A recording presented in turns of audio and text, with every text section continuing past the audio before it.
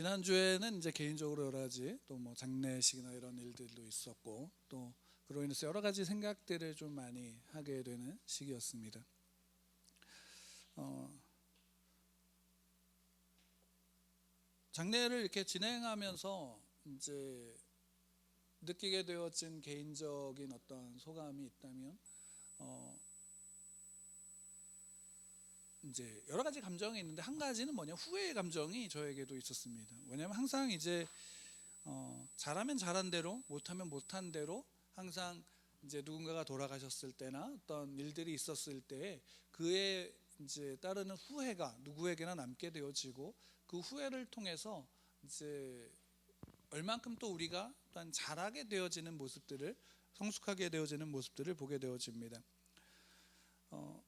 솔직히 지난번에 이제 노재복 성도님이 돌아가시기 전주에도 그러니까 지지난주에도 저희 아내하고 그런 얘기를 나누었던, 얼핏 그냥 지나가면서 하는 얘기로 나눴던 적이 있는데, 뭐냐면 이제 이 병원에서 위독하고 또 이제 얼마 남지 않았다라는 말을 듣고 제가 교회를 이렇게 시작하면서 처음으로, 정말로 처음으로 교회가 작다라는 게 이런 데서 좀 걸림이 될 수 있겠구나라는 생각이 좀 처음 들었습니다. 물론 그렇다고 해서 그 이후에 교회가 커져야 된다라고 생각했던 건 아닌데, 뭐냐면 딱 들어오는 처음에 입장이 뭐냐면, 장례식에 이제 자녀들이 만약에 요청해서 장례 예배를 드릴 때 교회에서 갈 수 있는 성도가 제한되어지니까 그게 개인적으로 마음에 좀 걸렸습니다. 왜냐하면 이제 더 풍성하게 이렇게, 왜냐하면 이제 그분이 저희 교회 처음 시작할 때부터 더 편한 곳에 계실 수 있음에도 불구하고 저희들과 함께 하겠다라고 오셔서 그런 마음이 이제 좀 들었습니다. 그런 마음이 들었는데, 참 한편으로 감사함이 그 가운데 묻어났던 건 뭐냐면, 그 이제 돌아가셨다는 연락을 이제 제가 연락을 했는데 이제 돌아가셨다고 이제 말씀을 하셔서, 그래서 어떻게 할까, 장례식을 어떻게 할지에 대한 부분들을 고민하고 있을 때 이제 다음 날, 그 수요일 날, 돌아가신 다음 날 문상을 하고 이제 말씀을 드렸더니 이제 교회식으로 하겠다라고 할 때에 그 가운데서 감사함이 나왔던 고백이 뭐냐면, 코로나의 영향이 저에겐 감사했던 거예요. 왜냐하면 모든 장례 절차 많은 사람이 가서 하는 게 아니라 어떤 이런 가정의 그런 일들 속에서 코로나에 제한되어지게 이제 어떤 절차가 이루어져야 되니까, 또 갑자기 또 많은 사람이 가면 좋겠지만 그 사람이 어떤 소수나 이렇게 또 뭐 되면, 어떻게 되면 또 저 혼자 가서라도 예배를 드려야 되는 그런 상황 가운데 있었는데, 그 상황에서 이제 또 감사한 거는 같이 예배 드릴 수 있는 분이 그래도 계시는구나 라는 마음이 있고, 또 자녀들의 마음을 하나님이 움직이셔서 장례 절차에, 왜냐면 그분이 만약에 이제 장례 예배 때 그 장례식을 저희가 이제 하지 않았다면 목사로서 참 기억에 참 한켠에 계속 남았을 텐데, 그래도 자녀분들을 통해서 그 하나님께서 그렇게 또 그 자녀들과 함께 예배할 수 있도록 그렇게 해주셔서 참 감사했습니다. 그러니까 이런 일들이 우리 안에서 여러 가지의 생각들과 여러 가지의 고민들 속에서 신앙을 가진 사람들과 안 가진 사람들의 차이를 한 가지 좀 느끼게 되어졌는데, 둘 다 어떤 일에 대한 바라봄 속에서, 경험 속에서 후회는 동일하게, 아마 믿는 사람이든 믿지 않는 사람이든 모두가 다 후회가 남고, 그 후회를 통해서 이제 안타깝고 더 잘하지 못한 것에 대한 어떤 실망과 좌절을 경험하게 됩니다. 그런데 신앙 안에서는 그 부분들이 감사한 건 뭐냐면, 그 연약함들과 또 후회들 속에서, 때로는 실수들 속에서 있었던 그 모든 일들이 하나님께서 그 속에서 나와 함께 하심으로 말미암아 내 안에서 나를 위로하시기도 하지만, 또 한편으로는 나를 지금보다 조금 더 성숙해질 수 있도록 이끌어 가신다라는 사실을 보게 됩니다. 그리고 그 성숙함으로 이끌어감 속에 있는 거는 뭐냐면, 다른 게 아니라 이 속에서 하나님이 나와 함께 하심을 느끼게 되고 고백하게 되어진다라는 사실입니다. 하나님이 나와 함께 하신다, 하나님이 나를 붙잡으신다, 그 하나님이 나와 함께 하신다라는 말이 굉장히 듣기는 좋지만 때로는 어떻게 되냐면 멀게 느껴지지 않나요? 왜냐하면 하나님이 함께 하시는데 왜 내 삶은 지금의 모습 속에서 변하지 않고 또 이런 일들은 왜 닥치고, 그러니까 예전에 그런 생각도 했어요. 그냥 가서 이제 목사니까 기도하고 안수하고 기도하면 그분이 벌떡 일어나서 교회 나왔으면 좋겠다라는 마음도 들었고, 그런 여러 가지 복잡한 심정 속에서 있었던 일들 속에서 차라리 하나님 함께 하신다면 그때 일어나서 예배드리러 온다면 그 자녀들도 다 하나님을 믿게 되지 않을까라는 생각도 들었지만, 결국에 하나님이 제가 장례식에 또한 그 모든 것 속에서 결국엔 하나님께서 제 안에서 주신 것은 뭐냐면, 하나님이 지금 그분과 함께 하셨고 저하고 함께 하신다라는 사실입니다. 저하고 함께 하시는 것 속에서 어떤 것을 잊자면, 지금 내가 아무것도 없음에도 불구하고, 내가 부족하고 연약함에도 불구하고 하나님은 그 속에서 하나님의 말씀의 씨앗이, 복음의 씨앗이 또 그 자녀들에게든 또는 내게든 뿌려지게 하시고, 그것으로 말미암아 하나님의 일들을 기대하게 할 수 있다라는 사실을 보게 되어지는 겁니다. 그러니까 하나님이 함께 하시면 단순하게 지금 내 형편이 얼마나 나아졌느냐에 있지 않고, 우리가 어제와 오늘을 지나오면서 내일에 일어날 하나님의 일하심을 기대할 수 있게 된다라는 사실이 하나님의 함께 하심에 우리에게 믿는 자에게 뭐가 되냐면 소망이 되어진다라는 사실인 겁니다.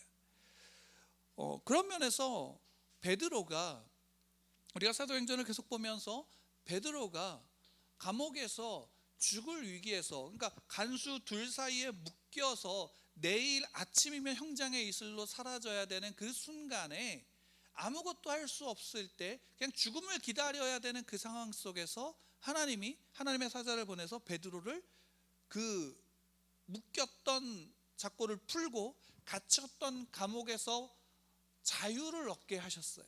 그럼 그 자유를 얻게 하심으로 말미암아 그 다음에 행해진 일은 우리가 나누었지만, 베드로는 그것으로 보면, 야, 하나님이 내게 이런 역사를 했어, 나를 잡으려고 하면 너희들 이제 하나님이 가만두지 않아? 라는 것으로 하나님의 심판의 칼이 되고 심판의 도구가 돼서 헤롯과 함께해서 그 하나님의 예수 그리스도를 믿는 자들을 핍박하고 죽이려고 했던 유대인들을 심판하는 그 자리로 도구로 서는 게 아니라, 오히려 베드로는 도망가, 우리 표현을 본다면 도망가는 거죠. 그 경험을 하고도 도망가는 거예요.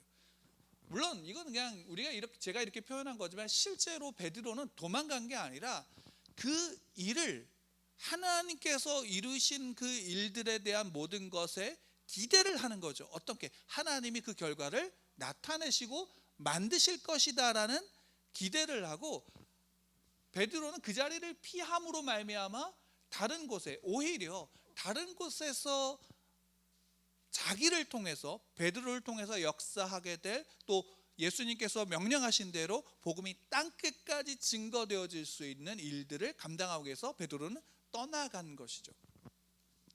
그 속에서 베드로가 떠나간 그 자리 속에서 갑자기 이제 헤롯의 이야기가 오늘 본문에서 나오게 되어지는 겁니다. 우리가 그냥 단순하게 생각할 때 야고보는 순교를 당하고 베드로는 생명을 얻었으니까, 야, 야고보는 어떠한가? 베드로는 어떠한가? 이런 판단을 하기 쉽지만, 실제로는 야고보가 죽음으로 예루살렘 교회에 남겨진 성도들은 예수 그리스도로 말미암아 하나가 돼서 또한 더욱 곤고하게 예루살렘 교회가 세워질 수 있게 하고, 베드로가 풀려짐으로 말미암아 복음이 단순하게 유대인들만의 구원, 유대인들에게만 전파되어지는 복음이 아니라 모든 이방, 모든 열방 민족까지도 다 포함되어지고 모든 이들에게 복음이 전파되어져야 된다라는 사실이 그 베드로로 말미암아 어떻게 되면 다시 증명이 되어지는 거죠. 그 속에서 헤롯이 이제 등장을 하는 겁니다. 헤롯의 이야기가 이제 이 헤롯의 이야기를 하기 전에 우리가 성경에 헤롯이 많이 나오죠. 예수님이 태어날 때 헤롯이 나오고, 예수님이 십자가에 돌아가셨을 때 헤롯이 나오고, 사도행전에서 또 헤롯이 나오고, 또 사도행전 말미에 이제 사도 바울의 이야기 속에서 헤롯이, 그러니까 우리가 성경에서 주로 나오는 그 헤롯이 이번 이름이 4명 나오는데, 이 사람이 다 같은 인물일까요? 다른 인물일까요? 다른 인물인데, 왜 제가 이 헤롯의 이야기를 하냐면, 이 헤롯의 이 가문이 되게 독특한 가문이에요. 그러니까 헤롯, 우리가 이제 예수님이 태어나실 때 있었던 헤롯을 보통 헤롯 대왕이라고 얘기를 하고, 그 헤롯 대왕 전에 그 헤롯 대왕의 아버지인 헤롯이 또 있어요. 안티파터라고 하는 헤롯 안티파터라는 사람이 있는데, 이 사람이 원래는 그 유대의 총독으로 임명이 되어진 사람이에요. 근데 실제로 로마에서는 로마인을 총독으로 파견하지 다른 나라 사람을 그 총독으로 세우는 예가 없는데, 이 헤롯 안티파터가 당시에 이제 로마 정치 상황에서 정치 줄서기를 잘한 거예요. 그래서 로마의 총독이 임명이 되고, 그 총독이 임명된 다음에 나중에 어떻게 되는지 모르지만 독살을 당해요. 그리고 그 아들인 이제 우리가 알고 있는 헤롯 대왕이 원래는 갈릴리를 주로 담당하는 장관이었는데, 아버지가 계실 때 안티파터가 죽고 이 헤롯이 왕이 되어져서 역시 이 사람도 정치를 줄서기를 잘했어요. 옥타비아누스하고 그 안토니쿠스가 전쟁을 할 때 옥타비아누스의 편을 들어서, 거기에서 옥타비아누스가 이김으로 말미암아 이 사람이 우리가 잘 아는 아우구스투스가 황제가 되는데, 그때 그 사람의 편을 들어서 그 정치적인 실력 속에서 이제 유대의 통일 왕국의 왕이 되죠. 여기에서 이제 이 헤롯 대왕의 가문이 좀 되게 권력을 잡고 이랬던 것 같지만, 실제적으로는 이 사람이 이 권력을 유지하기 위해서 항상 어떻게 보면 위태로운 줄타기를 해야 되는 상황에 처하게 된 거예요. 뭐냐면 유대인이 아니고 에돔 사람이니까, 이방이니까, 에돔 사람은 유대인들이 별로 그렇게 좋아하지 않아요. 그러니까 그래도 어쨌든 그들의 통치자로 섰으니까 로마의 눈치를 살펴야 되고, 또 한편으로는 유대인들의 눈치를 살펴야 되는 거예요. 거기에서 이제 그래서 그 예루살렘 성전을 짓기도 하고, 유대인들을 위해서 그런 건축물을 건축하기도 하고 하는 일들을 행하는데, 중요한 거는 이 사람이 그 줄타기를 할 때 굉장히 폭력적인 사람이고 쾌락주의적인 사람이어서, 또 자기의 자리를 유지하기 위해서 자기의 아내는 물론 자녀들까지도 무참히 살아했던 그런 사람이죠. 결국에는 이 헤롯 대왕이 죽고, 그 우리가 이제 헤롯 안디바라고 하는 사람이 그 세 아들이 이제 유대를 통치하게 될 때 나누어서 이제 통치했어요. 왜냐면 헤롯 대왕처럼 전체를 통치하는 게 아니라, 야 너네들은 좀 실력이 모자라 그래가지고 분봉왕으로 이렇게 세웠는데, 그래도 거기에 이제 가장 소위 말하면 성공한 사람이 헤롯 안티바인데, 이 사람이 헤로디아, 자기 형제의 아내를 빼앗아서 결혼을 함으로 침례 요한이 그걸 비난하자 나중에 침례 요한을 죽게 만들죠. 그 후에 이제 이 사람이 이제 예수님이 이제 돌아가실 때까지 있다가, 그 뒤에 이제 왕이 된 사람이 역시 이제 권력욕을 갖고 있다가 왕이 된 사람이 오늘 본문에 나온 이 헤롯 아그리빠라는 아그리빠 1세입니다. 왜 이 이야기를 하냐면, 이 아그리빠 1세도 역시 마찬가지예요. 그러니까 자기의 정통성이 유대인들에게 없어요. 그러니까 늘 어떻게 해야 되냐면 유대인들에게 인기를 얻어야 되는 거예요. 그래서 야고보를 죽인 거예요. 교회를 핍박하고. 왜? 유대인들에게 있어서 유대교 안에서 기독교는, 당시의 기독교는 한 분파였는데, 이 분파가 정통 유대인들에게는 굉장히 위협이 되니까, 왜? 자기들의 정통적인 교리나 이런 것들을 위협하고 부정하는 것처럼 느껴지니까, 자기들 정통성을 부정하는 것으로 느껴지니까 굉장히 싫어했어요. 그러니까 대다수의 유대인들의 인기를 얻기 위해서 이 교회를 핍박하고 야고보를 잡아서 죽이고, 사람들이 좋아하니까 베드로도 잡아 죽이려고 한 거예요. 근데 베드로가 풀려나니까, 하나님이 그를 구원하시니까 사라진 베드로를 찾기 위해서 화를 내다가 결국 그를 지켰던 파수꾼들을 다 죽여버리고 가이사라로, 예루살렘에 있는 게 아니라 가이사라로 가요. 가이사라가 왜 글로 갔냐면 이 사람이 이 줄타기 속에서 자기의 불안한 감들을, 아마도 그랬던 것 같아요. 불안한 감들을 숨기기 위해서 쾌락을 쫓아가는데, 이 가이사랴는 이 가이사, 그러니까 시저를 위해서 그를 높이기 위해서 그를 존중하는 마음으로 지은 큰 도시였고, 여기엔 로마 문화가 굉장히 융성하고 이방인들이 많았기 때문에, 유대인들보다는. 그래서 여기 가서 그 쾌락을 즐기는 거예요. 근데 그러다가 두로하고 시돈이라는 나라가, 오늘에 여기 나오지만 이제 20절에 나오는데, 두로와 시돈 사람들이과 분쟁이 나는 거예요. 이 두로하고 시돈은 당시까지만 해도 작은, 이제 지금으로 얘기하면 싱가포르 같은 그런 작은 도시 국가였는데, 무역의 중심지여서 돈은 굉장히 많았어요. 대신 이제 작은 도시 국가다 보니까 주변 나라로부터 식량을 공급받지 않으면 생존이 불가능한 국가여서 그 식량의 대부분을 유대로부터 공급을 받았는데, 좀 그러니까 헤롯과 이들 사이에 분쟁이 생기니까 헤롯이 이 식량 공급을 끊어버린 거예요. 그러니까 이렇게 되면 자기들의 생존 자체가 위협받으니까 좋아하진 않지만 그에게 가서 굽신거리고 화친을 요청하게 되어지는 게 오늘 장면이에요. 그러니까 오늘 이 말씀을 드린 이유가, 우리가 간단하게 이 말씀을 본다면, 야, 헤롯이 하나님의 교회를 핍박하고 하나님의 사람을 죽게 만들었으니까 이제 하나님이 그를 벌레에게 먹혀서 죽게 만드는 하나님이 심판하셨다라는 부분으로 우리가 보통 이해를 하게 되고, 실제로 성경에서도 그렇게 기록되어져 있죠. 근데 그 부분에 있어서 재미있는 사실은 하나 뭐냐면, 23절에 보면 헤롯이 죽게 된 이유를 설명하고 있는데, 누가가 어떻게 설명하냐면, 헤롯이 영광을 하나님께로 돌리지 아니하므로 주의 사자가 곧 친히 벌레에게 먹혀 죽으니라 라고 얘기해요. 그러니까 헤롯이, 야, 하나님의 교회를, 하나님의 예수 그리스도가 세운 그 교회를 핍박하고 하나님의 사람을 죽였으니까 얘를 심판한 거야가 아니라, 그가 뭘 했대요? 하나님의 영광을 빼앗은 거예요. 그래서 하나님이 심판하신 거예요. 그러니까 어떻게 본다면 우리가 앞에 있는 내용과 이어져서 하나님이 이렇게 심판하셨구나 라고 생각할 수 있지만, 그게 아니라 헤롯이 죽은 이유는 뭐냐면, 헤롯이 그런 위태로운 줄타기 속에서 결국에는 헤롯과 헤롯 가문들이 추구했던 건 뭐냐면, 그들이 유대인들을 통치하고 유대인들의, 하나님의 백성들의 나라의 왕이지만 정작 그 자신은 누가 되냐면 하나님의 자리에 자기가 앉고자 했던, 바로 우리가 아담이 지었던, 하와가 지었던 죄의 바로 그 본질을 그대로 답습하고 있는 모습을 보여주고 있는 거예요.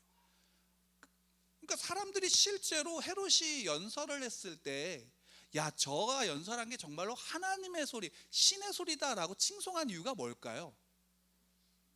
그가 정말 연설을 잘해서일까요? 연설을 잘했을 수도 있지만 실제로는 이런 이해관계가 묶여 있는 거예요. 유대인들에게 있어 특히나 이 당시에 바리새인들이라고 알고 있는, 또는 사두개인이라고 알고 있는 제사장들의 무리들은 결국 이 권력자 헤롯을 통해서 로마와 연줄을 닮고 싶은 거예요. 그러니까 헤롯에게 밉보이기 싫은 거예요. 그리고 그곳에 두로와 시돈 사람들은 이 사람하고 화친을 해야지 자기들의 국가의 생존이 걸렸으니까. 이런 상황에서, 그러니까 소위 말하면 아첨을 하고 있는 건데, 그것에 대해서 이는 그게 자기가 하나님이 된 것 같은 영광 속에서 그 영광을 누리고 있는 거죠. 그러니까 이 헤롯은 한마디로 이야기한다면, 헤롯과 이 헤롯 가문은 대표되어지고 있는 게 지금 뭐냐면, 세속 사람, 그러니까 세상에서 하나님 없이 살아가는 사람들의 모든 기대가, 그 기대의 정점이 누구냐면, 성경에서 오늘 본문에서 그 정점을 누구로 기록하면 헤롯으로 이야기를 하고 있는 거예요. 그러니까 헤롯은 세상 사람들이 갖고 싶은 모든 거를 다 가졌어요, 안 가졌어요?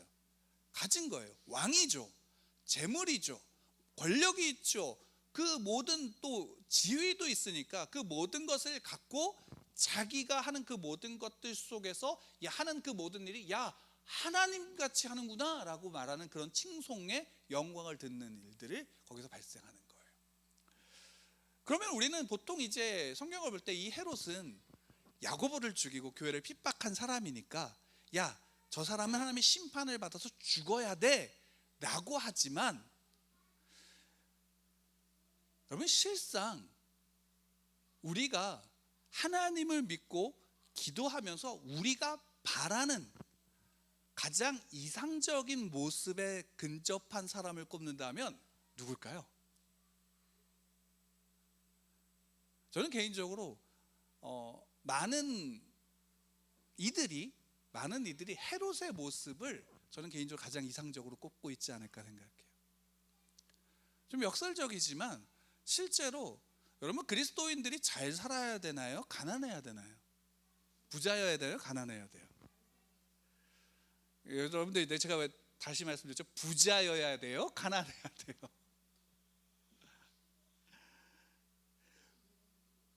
부자여야 될까 가난해야 될까? 또 권력을 가져야 되나요? 아니면 권력 앞에 권력이 없는 그냥 피지배층으로 살아야 되나요?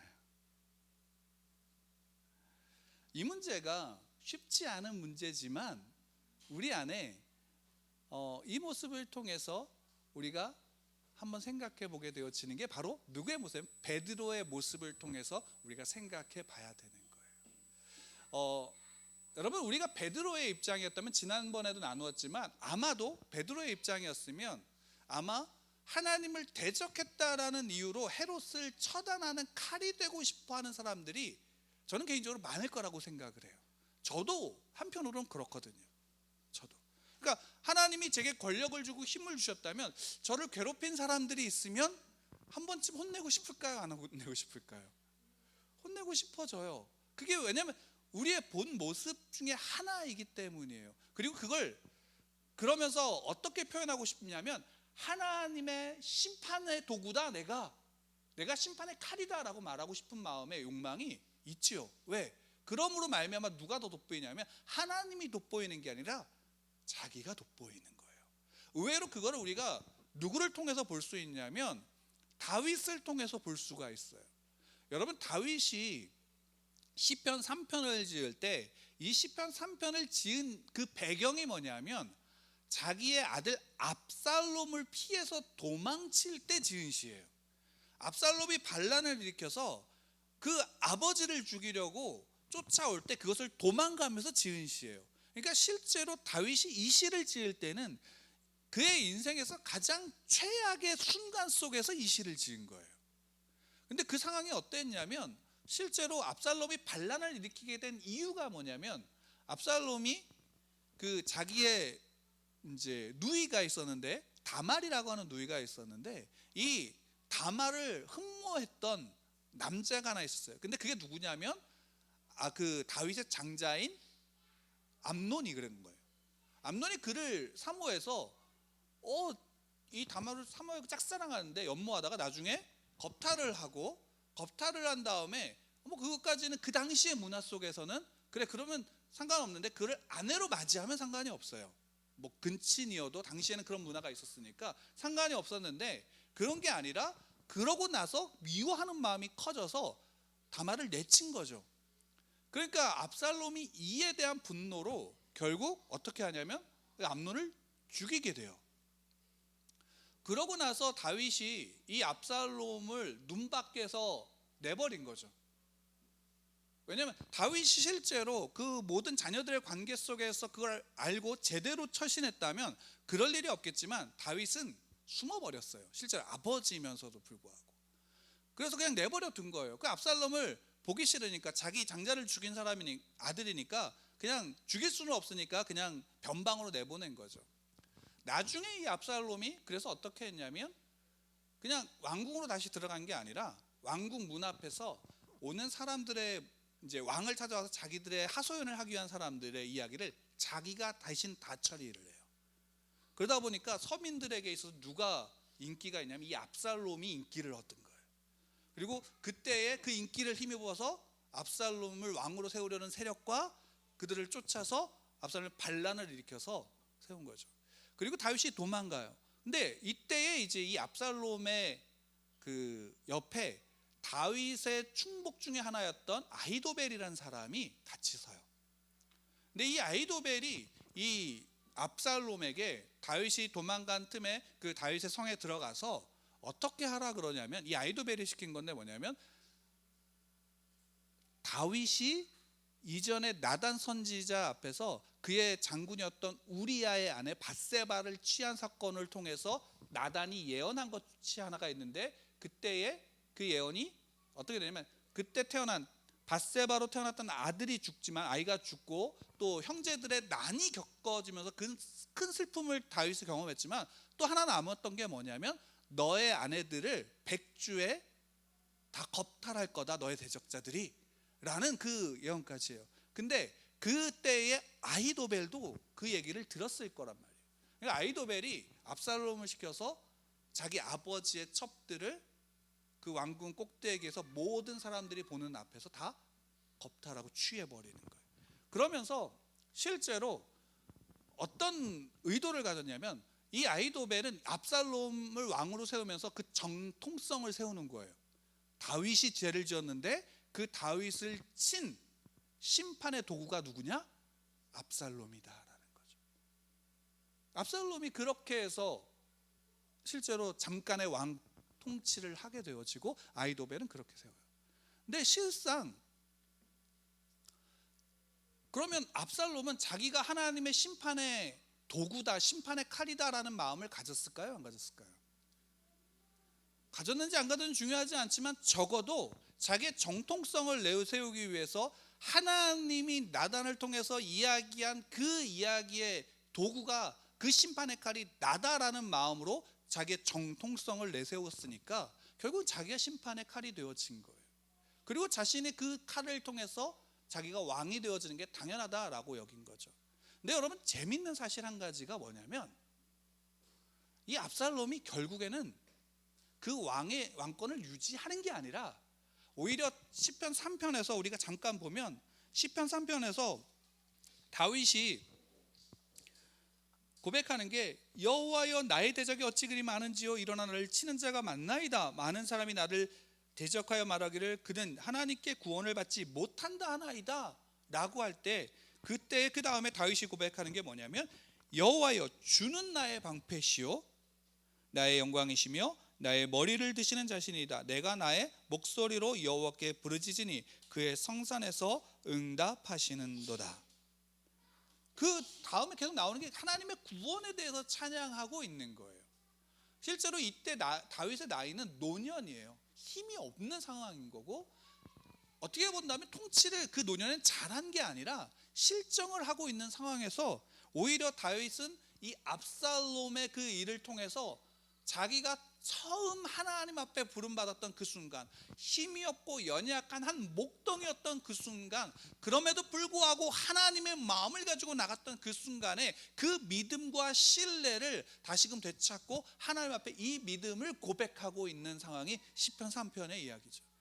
그 속에서 오히려 심판의 칼이라고 얘기했던 압살롬은 결국에는 다윗을 통해서 하나님의 다시금 그에게 힘을 통해서 일으키셨을 때, 다윗은 압살롬을 죽이려고 하지 않았어요. 그럼에도 불구하고 그는 도망가다가 자기의 자랑이었던 머리가 나무에 걸림으로 말미암아 잡히게 되어지고, 또 이때 재밌는 사건이 뭐냐면, 요압이라고 하는 다윗의 충복 중에 하나가, 너 우리 왕을, 우리 주인을 못 살게 굴었어? 라고 하면서 다윗은 그 부하들에게 분명히 죽이지 마라 라고 요청했지만, 요압이 어떻게 해요?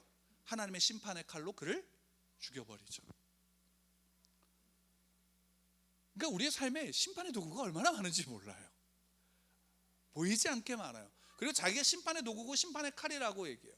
그러고서 실제로 요압은 물론 처음부터 다윗과 함께한 개국공신이기도 하지만, 그 이후에 더 큰 권력을 누리고, 소위 말한다면 다윗 왕국의 실권자 중에 한 명으로서 계속 누리죠. 근데 하나님이 나중에 이 요압을 어떻게 하시나요? 다윗이 이야기해요. 야, 그의 후계자인 솔로몬에게 말하죠. 야, 요압, 살려두지 마. 여러분, 우리가 하나님 앞에 내가 무엇인가를 가지고 내가 어떤 힘을 가짐으로 말미암아 우리가 하나님 되심을 나타내는 게 나라고 생각하고 내가 그 하나님의 도구다라고 생각하고 싶은 그 마음이 우리 안에 굉장히 많이 일어나고 그것은 수시로 일어나요. 근데 그럼에도 불구하고 하나님이 우리에게 요청하시는 것은 무엇이냐면, 성경에서 처음부터 끝까지 우리에게 요청하고 하나님의 백성들에게 바라시는 건 뭐냐면, 너희들이 얼마나 큰 힘을 가주었고 너희들이 얼마나 큰 능력을 가졌느냐가 하나님의 관심이 한 번도 거기에 있던 적이 없어요. 하나님은 하나님의 백성들이 단 하나, 나는 너희의 하나님이고 너희는 내 백성이야 라는 그 사실 하나만에 만족하시는 분이 누구냐면 하나님이신 거예요. 그리고 그 하나님은 그 속에서 어떤 일을 하시냐면, 바로 그들을 통해서 하나님의 나라와 통치가 어떻게 이루어지는지, 이 모든 땅의 모든 백성들에게 어떻게 그것이 증거가 되어지는지를 보여주려고 하시는 거예요. 그래서 하나님이 이스라엘 백성들이 나라를 세울 때 너희들이 야 병거 갖지 마 라고 말씀하신 거예요. 당시의 병거는 지금으로 하면 군사력인데 그 군사력의 힘을 의지하지 마라고 얘기한 거예요. 그럼에도 불구하고 하나님이 말씀하신 게 뭐냐면, 난 너희의 하나님이니까 너희에게 늦은 비와 이른 비를 통해서 너희들의 먹을 것과 너희들의 삶을 내가 책임질 거야. 외적이, 이방인들이, 열국이 너를 향해 쳐들어오면 내가 너희의 방패가 되어주고 내가 내 스스로가 너희의 칼이 되어줄 거야 라고 말씀하고 계시는 거예요. 기드온과 300용사의 이야기 속에서 우리는 300용사가 대단한 것 같지만 실제로 그 속에서 보여주는 것은 단 하나예요. 그들이 한 게 아니라 누가 한 거냐면 하나님이 하셨다라는 사실을 보여주는 거예요. 여러분, 그 기드온의 이야기 속에서 한 번이라도 그 300용사들이 칼을 휘두른 적이 있나요? 아니에요. 스스로가, 그 적들이 스스로 멸망해 버린 거예요. 우리가 이 땅에서 하나님의 나라와 하나님의 백성으로서 하나님의 뜻을 살아간다라는 것은, 우리가 이 땅에서 내가 얼마나 많은 것을 가짐으로 말미암아 세상에 내가 하나님을 믿으니까 이런 복을 받았어가 아니에요.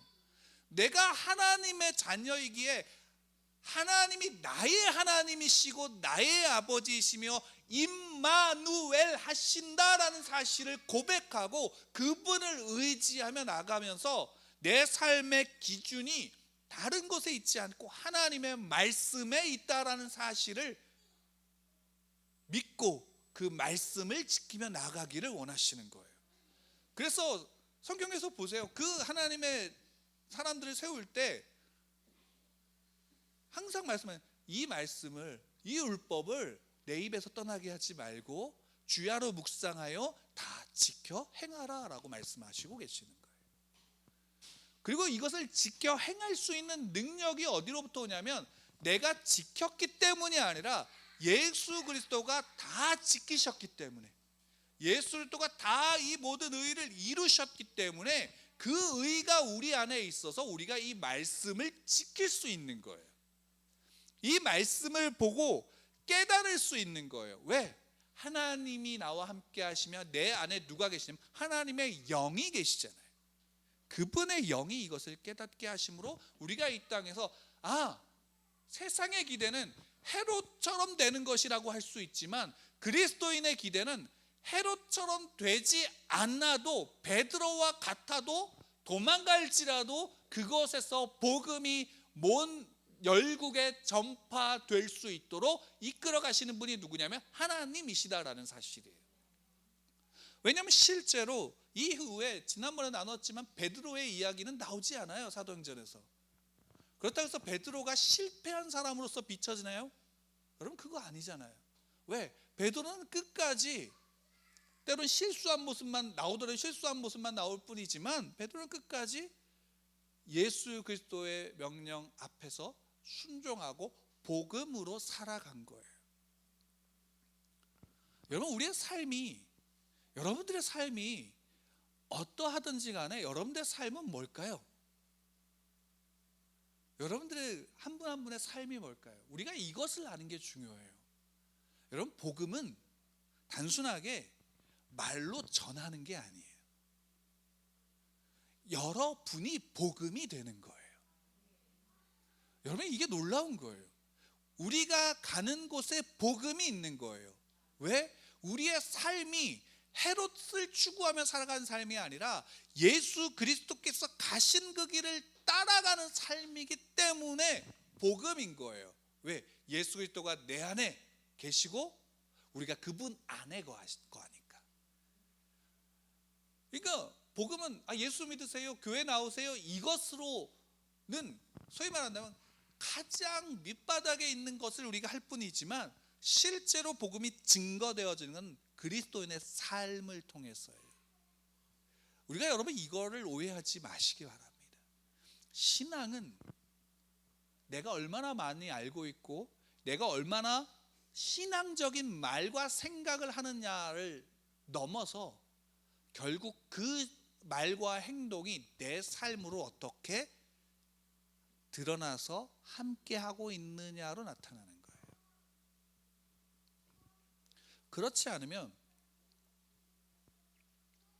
말로서만 우리가 신앙이 있다라고만 판단한다면 이 땅에 얼마나 많은 사람들이 신앙을 가지고 있을까요?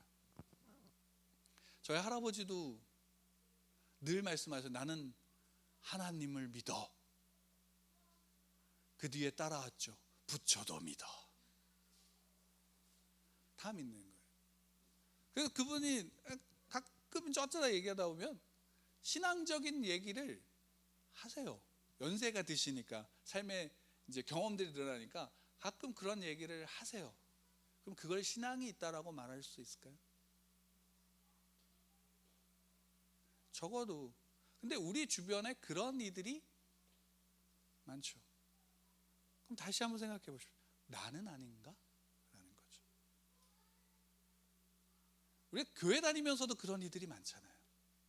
실제는 이 헤롯의 모습을 추구하고 바라고 기대하고 나가는 모습이 우리의 신앙 속에 너무나도 많은 거예요.